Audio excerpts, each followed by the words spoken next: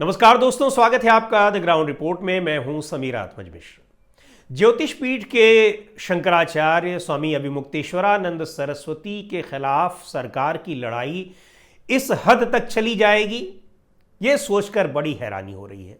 और ऐसा वो सरकार करेगी जो कि अपने आप को हिंदू धर्म का रक्षक कहती है, हिंदू धर्मोत्थान की बात करती है, और जिस सरकार के प्रमुख खुद अपने को सन्यासी कहते हैं। शंकराचार्य के खिलाफ एक व्यक्ति ने बहुत ही घिनौने आरोपों में केस दर्ज कराने की अर्जी दी है और कोर्ट में वो गए और कोर्ट ने कहा कि एफआईआर दर्ज हो। प्रयागराज के झूंसी थाने में एफआईआर दर्ज हुई है। ठीक है, कानून के लिए सब बराबर हैं और एफआईआर उनके खिलाफ दर्ज होनी चाहिए, लेकिन ये एफआईआर कब दर्ज हो रही है इसकी टाइमिंग जानना बहुत जरूरी है। और उससे ज्यादा जरूरी यह है कि कितने बड़े धर्मात्मा ने यह एफआईआर दर्ज कराने की अर्जी दी है। तो सबसे पहले तो हम लोग जान लेते हैं कि यह धर्मात्मा कौन है जिन्होंने यह एफआईआर दी है। जी हाँ, ये भी एक साधु है, संत है, और ये ऐसे संत हैं, इनका नाम आप पहले जान लीजिए और उसके बाद इनकी कुंडली जानना भी बहुत ज़रूरी है, इनकी पृष्ठभूमि जानना भी बहुत ज़रूरी है, ताकि ये पता चले कि कितने अव्वल दर्जे वाले ये संत हैं और संतों के नाम पर लोग किस तरीके से हिंदू धर्म का मजाक उड़ा रहे हैं, सनातन धर्म का मजाक उड़ा रहे हैं, खिलवाड़ कर रहे हैं और अपने तुच्छ राजनीतिक स्वार्थों के लिए क्या क्या कुछ कर रहे हैं, और कैसे संतों का, इस तरह के संतों का इस्तेमाल किया जा रहा है। पहले जान लीजिए, ये आशुतोष महाराज जी हैं। इनका नाम है आशुतोष ब्रह्मचारी महाराज। जी हाँ, ये इनका नाम है। और ये जो है ये रामभद्राचार्य से दीक्षा ली है इन्होंने। स्वामी रामभद्राचार्य जो कथावाचक हैं, उनसे इन्होंने दीक्षा ली है। रामभद्राचार्य की भी बात करते हैं, लेकिन अभी आशुतोष ब्रह्मचारी के बारे में जानना थोड़ा सा जरूरी है। इन्होंने जगतगुरु शंकराचार्य और उनके एक शिष्य के खिलाफ बच्चों के यौन शोषण का मामला दर्ज कराया है। ठीक है, अब आप इस केस के बारे में हम जानेंगे। अब केस क्या है, कहा है शंकराचार्य अभिमुक्तेश्वरानंद सरस्वती ने डंके की चोट पर कहा है, और उनका आत्मविश्वास दिखाई पड़ रहा है कि वो इस केस की पृष्ठभूमि को किस तरीके से देख रहे हैं, इस केस के पीछे, केस को लादने के पीछे क्या वजह है। तो उन्होंने सीधे सीधे ये कहा है कि ये पूरी तरीके से ये कोर्ट में ये खारिज हो जाएगा, बहुत ही आत्मविश्वास के साथ कहा है। लेकिन हम पहले आते हैं आशुतोष ब्रह्मचारी महाराज पर। तो ये आशुतोष ब्रह्मचारी महाराज जो है, ये रहने वाले शामली जिले के कांधला इलाके के हैं और इनके खिलाफ 21 केस दर्ज हैं अलग अलग जगहों पर। और जानते हैं ये कौन से केस हैं? छोटे मोटे केस नहीं है। इनमें जो केस इनके खिलाफ दर्ज है, आप एक सूची आप देख लीजिए उन अपराधों की। ये हिस्ट्री शीटर है, और हिस्ट्री शीटर उनको कहा जाता है जो गंभीर अपराध करते हैं, बार बार करते हैं, जेल जाते हैं, पुलिस की पकड़ से दूर रहते हैं, उनको हिस्ट्री शीटर घोषित कर दिया जाता है प्रशासन की ओर से, पुलिस की ओर से। तो ये महाराज जी हिस्ट्री शीटर है। ब्रह्मचारी महाराज, आशुतोष ब्रह्मचारी महाराज, ये हिस्ट्री शीटर है। 21 केसेस इनके खिलाफ दर्ज हैं। और कौन से केसेस हैं, कौन से मामले हैं? गोवध अधिनियम के तहत इनके खिलाफ मामले दर्ज हैं। गाय की हत्या, गौ माता की हत्या का आरोप इनके खिलाफ है, समझे। एंटी करप्शन एक्ट तो चलिए ठीक है, gangster act, IT act, rape यानी बलात्कार, धोखाधड़ी, धमकी के केस, ये सभी मामले हैं। और ये मामले ऐसे लगे नहीं हैं, इस तरह के मामलों में इनके खिलाफ चार्जशीट लगाई जा चुकी है। यानी इन्वेस्टिगेशन में इन्वेस्टिगेटिव अथॉरिटीज को, जिन्होंने इन्वेस्टिगेट किया है, उनको इन आरोपों में उनको सारे सबूत मिले और वो सारे सबूत लेकर उन्होंने कोर्ट में इसके पर चार्जशीट लगा रखी, जिन एजेंसियों ने जांच की। ठीक है, और ये हिस्ट्री शीटर है। हिस्ट्री शीटर में हिस्ट्री शीट का इनका नंबर है, जो हिस्ट्री शीटर्स होते हैं उनका एक नंबर होता है, इनका नंबर है 76A। और इतने सारे केसेस जिसके खिलाफ हों, जो व्यक्ति हिस्ट्री शीटर हो, वो व्यक्ति 2022 में स्वामी रामभद्राचार्य जी के पास जाता है और स्वामी रामभद्राचार्य जी से वो दीक्षा लेता है और उसके बाद वो बन जाते हैं आशुतोष ब्रह्मचारी महाराज। ठीक है। और इसके बाद ये आप देखिए कि फिर ये श्री कृष्ण जन्मभूमि मुक्ति निर्माण ट्रस्ट एक बनता है जिसके ये अध्यक्ष बन गए।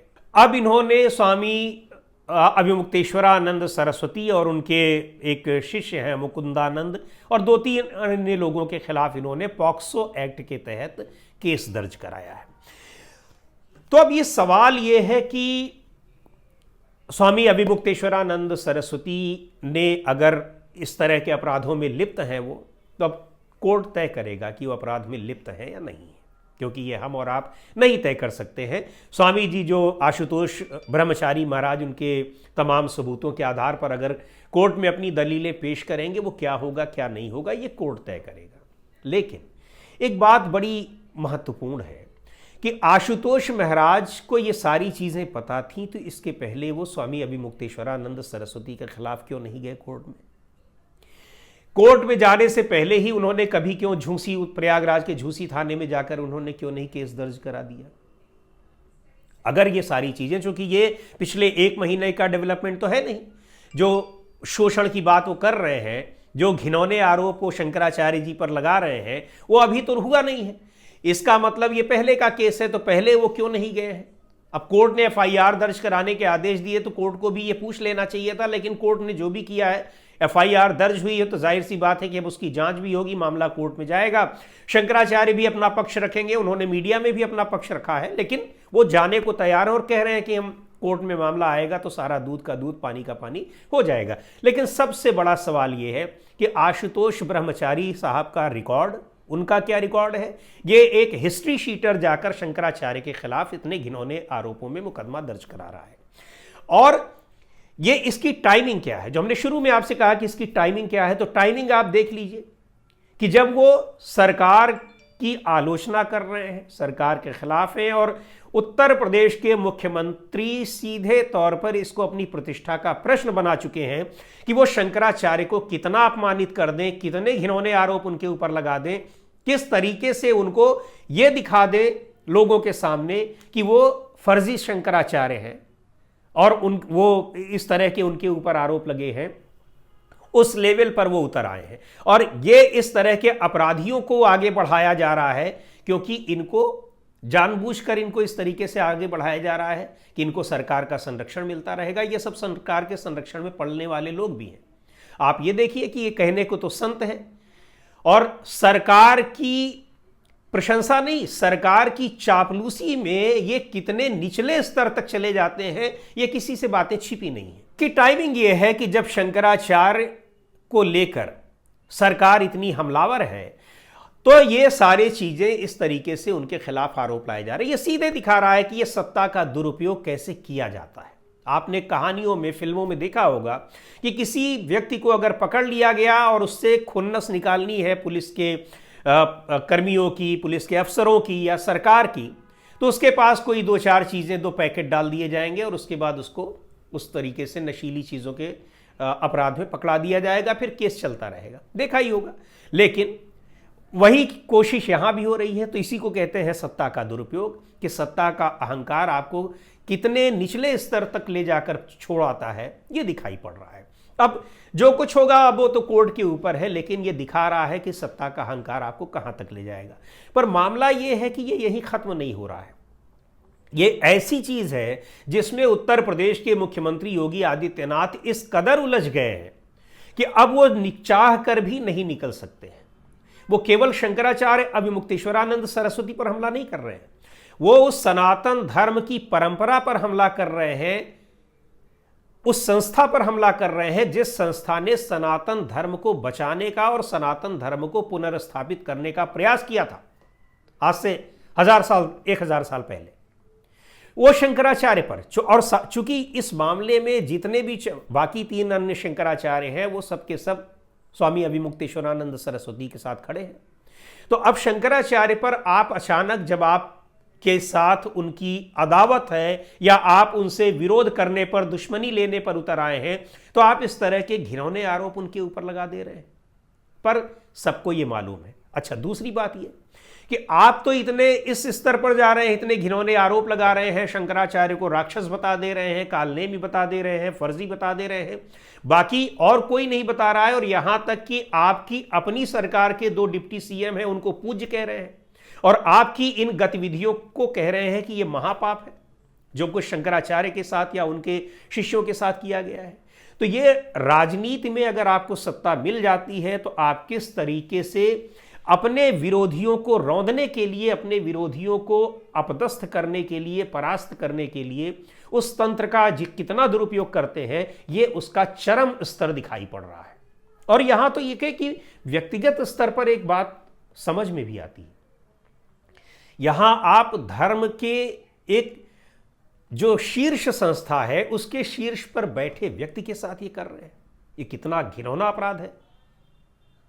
तो आखिर ऐसा क्यों किया जा रहा है और क्या उत्तर प्रदेश के मुख्यमंत्री योगी आदित्यनाथ ऐसा कर रहे हैं तो उनके खिलाफ बोलने के लिए या उन पर इस तरीके से लगाम लगाने के लिए भारतीय जनता पार्टी में कोई व्यक्ति नहीं है। भारतीय जनता पार्टी जिस संस्था से संचालित होती है, राष्ट्रीय स्वयंसेवक संघ, जिसके प्रमुख अभी 2 दिन पहले आकर मिलकर गए हैं, 40 मिनट की बातचीत में क्या एक बार भी मोहन भागवत ने योगी आदित्यनाथ को इस बारे में कुछ जानकारी नहीं दी? क्योंकि ये जो डेवलपमेंट है शंकराचार्य के खिलाफ इस तरीके से इस घिनौने आरोप में केस दर्ज कराने का जो मामला है, ये उसके बाद का डेवलपमेंट है। तो क्या हिंदू धर्म, शंकराचार्य, इनके अपमान के जरिए ही भारतीय जनता पार्टी आने वाले दिनों में अपना भविष्य देख रही है? अभी तक तो वो धर्म संस्थापनार्थाय की बात कर रही थी कि वो धर्म की रक्षा करने का काम कर रही है। तो या क्या धर्म की रक्षा का कार्य हो चुका है, अब इस धर्म को नष्ट करने का काम किया जा रहा है? आखिर क्यों? ये कॉन्फिडेंस कहां से आ रहा है? उत्तर प्रदेश के मुख्यमंत्री योगी आदित्यनाथ को भी और भारतीय जनता पार्टी को भी ये सोचने वाली बात है। हमारे इस वीडियो बनाने का मकसद ये था कि केवल 2 चीज़ें आपको बताना, आपकी जानकारी में लाना। हालांकि आप में से बहुत सारे लोगों को पता भी होगा। एक तो ये कि शंकराचार्य को अचानक इतना बड़ा अपराधी, इतना घिनौना अपराधी बनाने की ये साजिश क्यों की जा रही है, कैसे की जा रही है, कब की जा रही है, उसकी टाइमिंग। और दूसरी बात ये कि ऐसे घिनौने आरोप लगाने वाले व्यक्ति का अपना चरित्र क्या है,